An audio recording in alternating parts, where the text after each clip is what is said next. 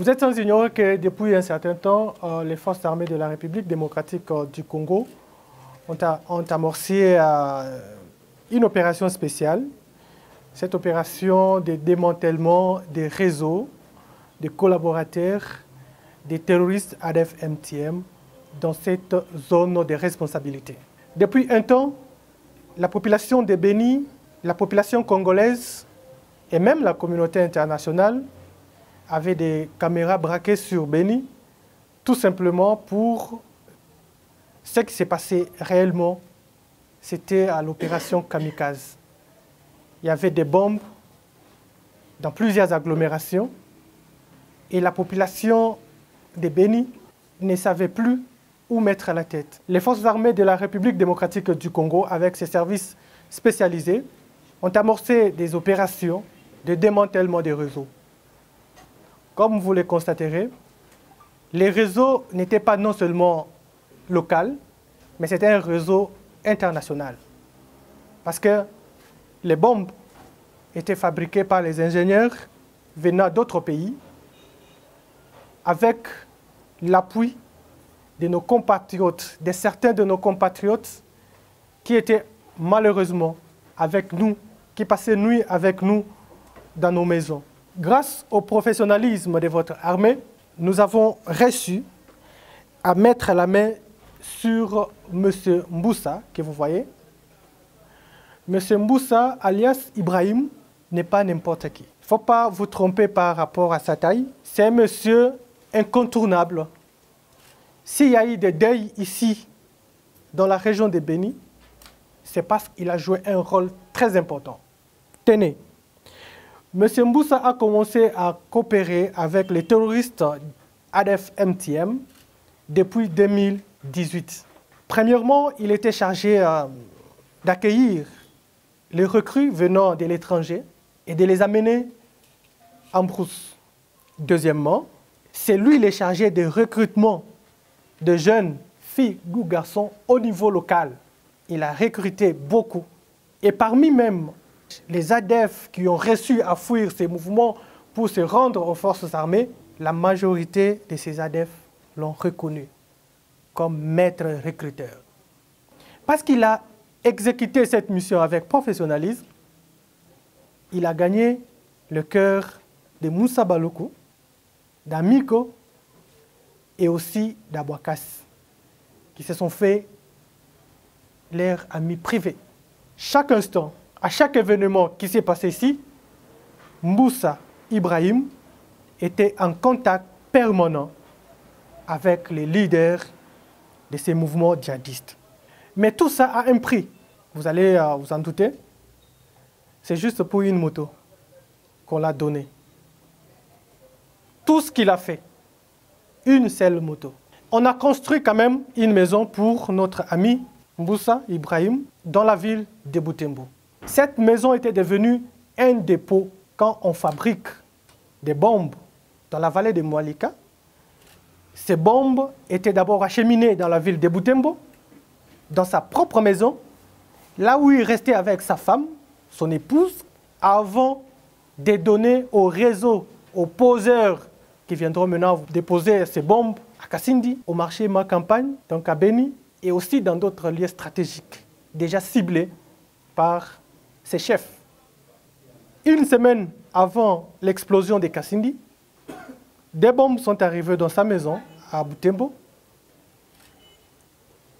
Et Mboussa, comme d'habitude, a appelé son collaborateur, Maté Joël.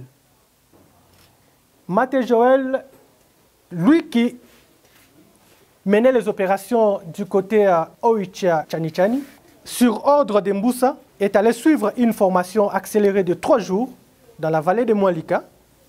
Il a passé nuit à côté d'Amiko, à côté d'Abouakassé, à côté de Moussa Baloukou. Après cette formation de 3 jours, on l'a donné $60 pour aller dans la cité de Kassindi et mener cette opération. Il est arrivé dans la cité de Kassindi, il a déposé la bombe à l'église Sepak. C'était le 15 janvier 2023. Et à 12 h, la bombe a explosé, faisant état de 17 morts et plus de 78 blessés. À 12h45, il prend son téléphone, il appelle Mboussa pour lui faire le rapport. Mboussa appelle la brousse et on les félicite. On lui dit, mission accomplie, tu peux prendre la moto et rentrer à Beni pour la deuxième bombe. Chose faite, il a pris sa moto, il est rentré à Beni et il a commencé à planifier la deuxième bombe et Mboussa a donné cette mission à une autre personne qui est allée déposer cette bombe du côté des Moulins au quartier Ma Campagne. Et cette bombe a enregistré plusieurs blessés. La bombe qui restait dans sa maison à Butembo attendait le déclencheur parce qu'ils utilisent souvent avec des téléphones. Celui qui fabriquait les déclencheurs était encore à Butembo et ça a pris du temps. Les services de sécurité qui étaient sur les traces sont allés jusque dans la maison de M. Mboussa et ont récupéré la bombe qui restait. Et cette bombe, pour votre information, était destinée dans une église catholique dans la cité de Oicha. Dieu merci, grâce au professionnalisme de notre armée, nous avons réussi à éviter les pires. Vous imaginez dans une église catholique, là où il y a des chrétiens concentrés à la prière et qu'il y a une bombe de cette intensité, on allait encore enregistrer beaucoup de morts. Ils sont au nombre de 22 au total que nous avons arrêtés, les collaborateurs des terroristes ADF-MTM dans cette région. Chacun a apporté son appui matériel, son savoir-faire dans la fabrication de ces bombes, dans les dépôts et aussi dans l'explosion de cette dernière. Beaucoup vont se poser des questions de savoir, mais d'où viennent les produits chimiques avec lesquels on fabrique ces bombes? Ça ne vient pas du ciel, ça vient de chez nous, ici en République démocratique du Congo, dans nos villes Butembo, Beni, Goma. Votre service spécialisé a mis la main sur M. Nzanzu Munyangulia alias Santos. Santos est connu à Butembo comme commerçant.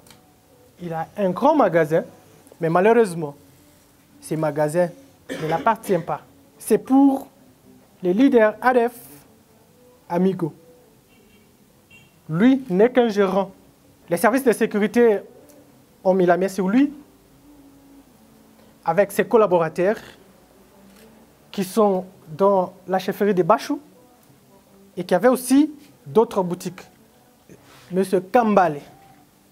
Dans le Bachou, il est connu aussi comme patron d'une boutique. Mais cette boutique ne l'appartient pas. C'est pour les mouvements terroristes ADF-MTM. Quand ils ont besoin de quoi manger et d'autres produits de première nécessité, ces djihadistes font appel à nos compatriotes pour amener le renfort logistique et ils exécutent facilement.